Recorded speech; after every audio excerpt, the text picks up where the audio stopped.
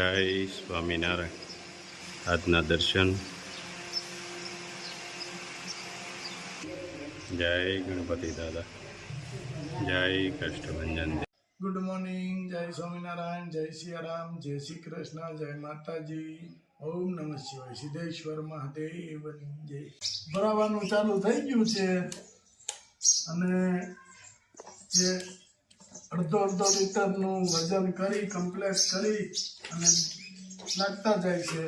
આજે અમારે અહીંયા પાવરનો કાપ છે એટલે આજ બહારનો કાર્યક્રમ રાખ્યો છે. અત્યારમાં પાવર વહી ગયો છે અને ગરમી ફૂલ છે, બફારો જ થાય છે.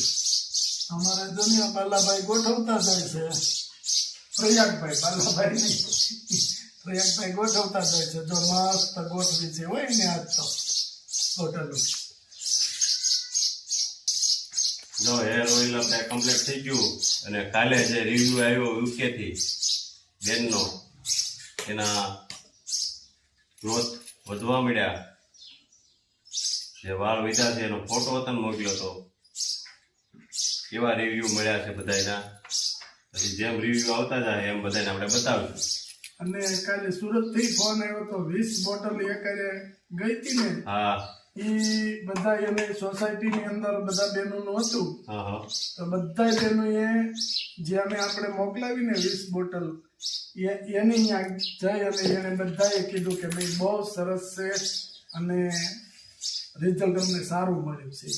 એક જ વીકમાં કે માથાનો દુખાવો વયો થયો અને વાળ ખરતા બંધ થઈ ગયા, અટકી ગયા. અને પાછી આજે 20 બોટલ એને મોકલવાની છે. હા, એને પાછી બીજી 20 બોટલ મગાવી. બહેનોને રિઝલ્ટ મળે એટલે એ બીજા બહેનોને કે બસ આવી જ રીતે આગળ વધતું જાય.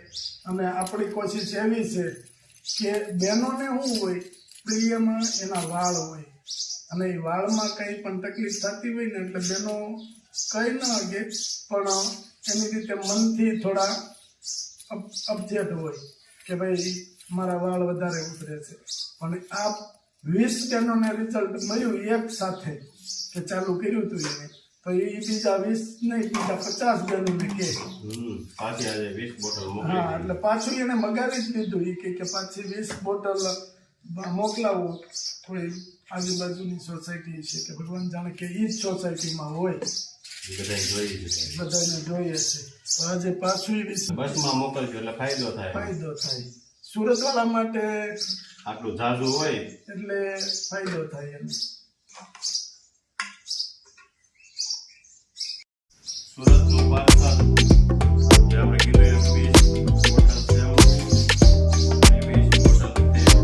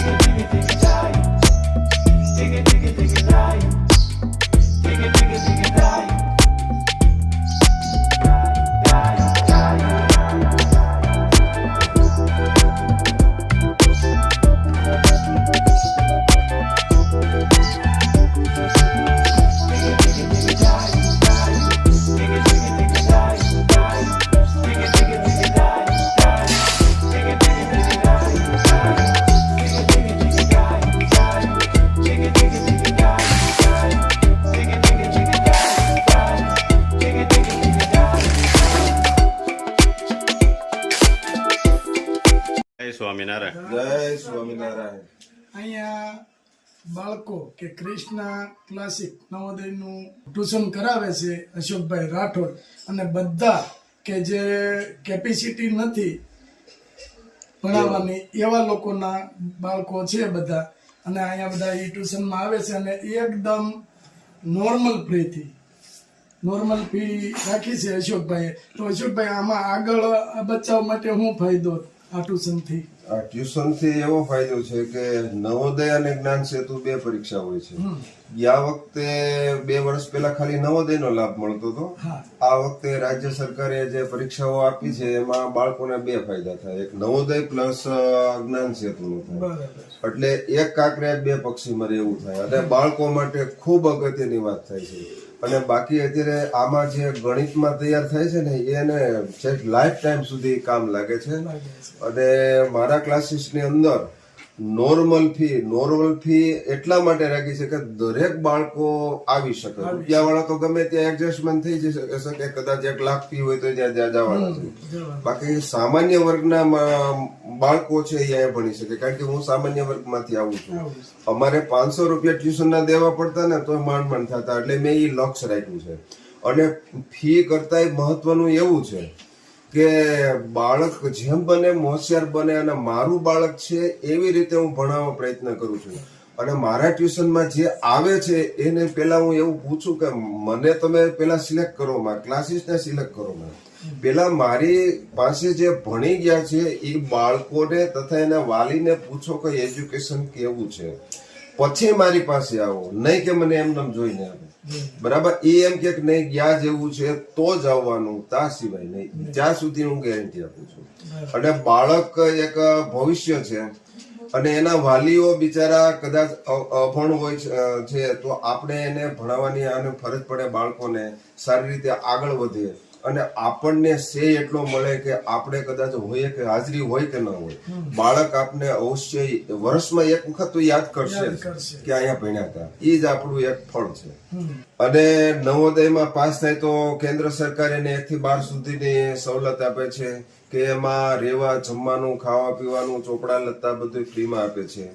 પછી ત્યાર પછી રાજ્ય સરકારે 2 વર્ષથી જે આપણે એના સમકક્ષ જ જે કાંઈ યોજના બહાર પડી છે એમાં એ સિસ્ટમ છે કે 12 સુધી એને રહેવા, જમવાનું, ખાવા પીવાનું, ચોપડા લત્તા બધું એ આપે છે, એકદમ ફ્રી. બરાબર? એટલે બાળકોને વાલી આમાં પાસ થાય એટલે વાલીને 10 લાખ રૂપિયાનો ચેક આપી દીધો કહેવાય. બરાબર? માત્ર ને માત્ર 10 લાખનો ચેક આપી દીધો કહેવાય. અને બાળક એકદમ હોશિયાર બની જાય અને વાલીને પણ રાહત મળી જાય. અને 10 લાખ રૂપિયાનું ફી ભરવાના બધા પાસે હોતા નથી. કોઈ માણસ મજૂરી કરતા હોય તો એ ઘર માંડ ચલાવતા હોય, એમાં છોકરાને ક્યાંથી ભણાવી શકે? ખાસ કરીને 10 ને 12 આવે એમાં તમે એજ્યુકેશન તમે જુઓ કે 4-5 લાખ રૂપિયાનો એનો ટાર્ગેટ હોય છે, તો આમાં 4-5 લાખ તો એમને બચી જવાના છે. બરાબર? એટલે વાલીને કેટલો ફાયદો થવાનો છે? 2 પરીક્ષામાં પાસ થાય એટલે ઘણો ફાયદો થાય. અને મારો ધ્યેય એવો છે કે બાળક હોશિયાર બને એવી જ મારી નીતિ છે. હું પરીક્ષા સમયે 2 મહિના 1.5-2 મહિના સુધી ડબલ પાળીમાં બોલાવું છું. સવારે પેપર, સાંજે થિયરી, અથવા સવારે થિયરી તે સાંજે પેપર. એવા હું 35 થી 36 પેપર સોલ્વ કરાવું છું. અને આપણે રિઝલ્ટ આ 4 વર્ષમાં રિઝલ્ટ બહુ સારું મળ્યું છે. એમાં 3 વિદ્યાર્થીઓ નવોદયમાં પાસ થઈ ગયા છે. સીઈટીમાં તમામ વિદ્યાર્થીઓ પાસ થઈ ગયા છે, 1-2 બાદ કરતા. રિઝલ્ટ બહુ સારું મળ્યું છે. એ મા સરસ્વતીની કૃપા છે. તો આ બાળકો છે, આમાં કોઈ પણ એવા નાના માણસોના બાળકો હોય અને કોઈ અમારે વ્યુઅર્સ આવીને એમ કે અમારે ફી ભરી દે એવી છે, તો અમે ભરીએ તો ચાલે? હા, એમાં આપણે થોડીક રાહત રાખીએ. એમાં તમારી ફરજ હોય, એમાં મારી પણ ફરજ થાય ને. એમાં આપણે કોઈ લઈ લેવાની વૃત્તિ નથી, બાળક આગળ આવે એવી રીતે. અને કોઈ પણ એવો નાના માણસનો બાળક હોય કે અમે મેકી અશોકભાઈ આને તમે ટ્રેન કરો અને એની ફી અમારા તરફથી આવશે, તો એ રીતે ચાલે ને? હા, એ રીતે થઈ શકે. એમાં હું સહભાગી બનું છું. હા, પ્રયાગભાઈ છે બાજરિયા, એ પણ મારો એક સ્ટુડન્ટ છે, બહુ બેસ્ટ વિદ્યાર્થી. એનું અક્ષર લેખન, તમે એની સમજ શક્તિ તમે જુઓ. 4થા ધોરણમાં થી આવતો હતો અને 5માની બેચમાં હતો, છતાં 1-2 નંબરમાં એ હરીફ હતો, 5મા વાળાને પછાડતો. ચોથાનો વિદ્યાર્થી પાંચમા વિદ્યાર્થીને પછાડતો નંબર આવતો અને ઇનામ પણ મેળવેલું છે. એ આપણે ગૌરવની વાત છે. અને મને યાદ કરે છે, મને ડબલ ગૌરવની વાત છે. મારી જાતને વાહો થાબડવાનું મન થાય કે નહીં, આપણે બાળકોને તૈયાર કર્યા છે. તો બાળકો કેવું લાગે છે ટ્યુશનમાં? સારું લાગે છે ને? ભણવાનું સારું છે? અશોકભાઈ વ્યવસ્થિત કરે છે? મજા આવે છે ને? સરસ. જય સ્વામિનારાયણ. ભારત માતા કી જય. ધરતો